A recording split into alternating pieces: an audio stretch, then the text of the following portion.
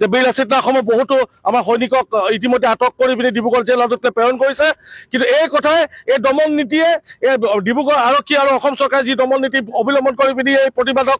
নস্যাৎ কৰিব বিচাৰিছে অসমৰ খিলঞ্জীয়া যুৱক এজন জেলত সোমাই থকা অৱস্থাত যি মানে এই আমাৰ প্ৰতিবাদক নস্যাৎ কৰিব বিচাৰিছে কিন্তু বীৰ লাচিত অসমে এই হ'বলৈ কেতিয়াও নিদিয়ে এই প্ৰতিবাদ চলিছে আৰু চলি যাব যেতিয়ালৈকে তনু চাহি নামৰ সেই ছোৱালীগৰাকীক আটক কৰি পিনি জেললৈ প্ৰেৰণ নকৰে যেতিয়ালৈকে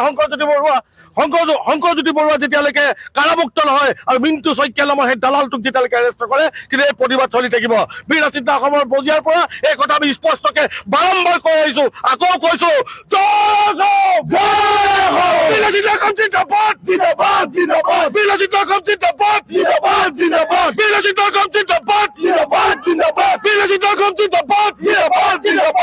আমি পুনৰবাৰ অসম চৰকাৰ আৰু ডিব্ৰুগড় আৰক্ষী প্ৰশাসনক সকীয়াই দিছো এনেকুৱা দমন নীতিৰে কিন্তু আমাৰ এই সংগ্ৰামক আপুনি দমন কৰিব নোৱাৰিব অসমীয়া খিলঞ্জীয়া ল'ৰা এটাক জেলত যেনেকে আপোনালোকে অন্যায়ভাৱে ভৰাই থৈছে এই কথা কিন্তু আমি সহ্য নকৰিম এই সংগ্ৰাম চলিছে চলিব আৰু চলিব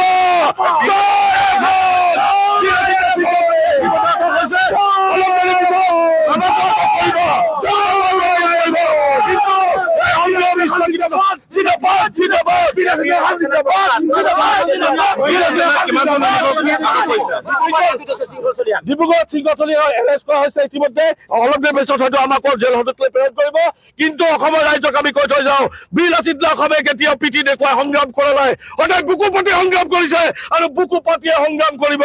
এই শংকৰজ্যোতি বৰুৱা যিদিনাখনিলৈকে জেল হাজতৰ পৰা মুক্তি নাপায় তনুশ্ৰী নামেৰে ছোৱালীজনীক যেতিয়ালৈকে আটক কৰি ডিব্ৰুগড়লৈকে নপঠিয়াই তেতিয়ালৈকে কিন্তু এই সংগ্ৰাম স্থগিত নহয় অসমৰ প্ৰতিখন জিলাত প্ৰতিখন আঞ্চলিকত প্ৰতিখন চহৰতে প্ৰতিবাদ হ'ব এই প্ৰতিবাদ আৰু তীব্ৰ হ'ব আৰু ভয়ংকৰ হ'ব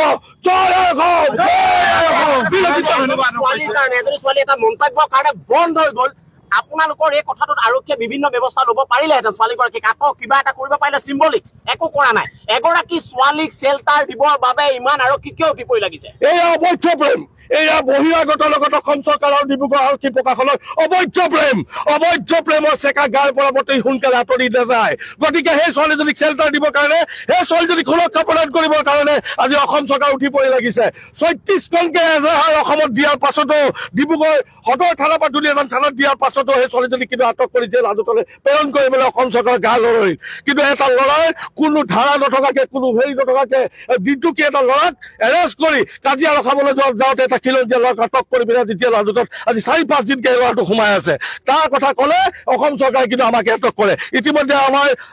কেন্দ্ৰীয় প্ৰশাসনিক সচিব শৃংখল চলিয়াদেৱক ডিমৌত এৰেষ্ট কৰিছে অভিলাষত গোলাঘাটত এৰেষ্ট কৰিছে ডুমডুমাত কালি ৰাতি আমাৰ ল'ৰাক এৰেষ্ট কৰা হৈছে উঠাই লৈ আহিছে ঘৰৰ শোৱা পাতিৰ পৰা উঠাই লৈ আহিছে কিন্তু এনেকুৱা দুলীয়াজান আঞ্চলিকৰ আমাৰ ৯জন সৈনিকক আটক কৰিছে কিন্তু এনেকুৱা দমন নীতিৰে বীৰ লাচিত অসমৰ মনোবল বীৰ লাচিত অসমৰ শক্তিক মষিমূৰ কৰিম বুলি যদি অসম চৰকাৰ আৰু আৰক্ষী প্ৰশাসনে ভাবিছে সেয়া কিন্তু স্বৰ্গত বাস কৰিছে বীৰ লাচিত অসমৰ স্পষ্ট কথা এই সংগ্ৰাম যেতিয়া আৰম্ভ হ'ল এই সংগ্ৰাম তীব্ৰতৰ হ'বই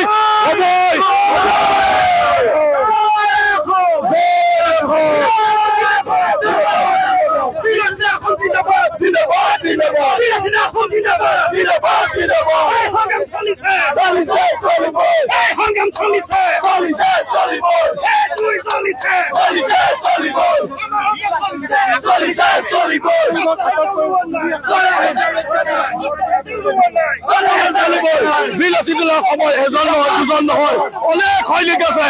বহুতো ল'ৰা ছোৱালীয়ে অভিমুখে ইতিমধ্যে আহি আছে অসম চৰকাৰৰ জেলত জেগা নাইকিয়া হৈ যাব নাইকিয়া হৈ যাব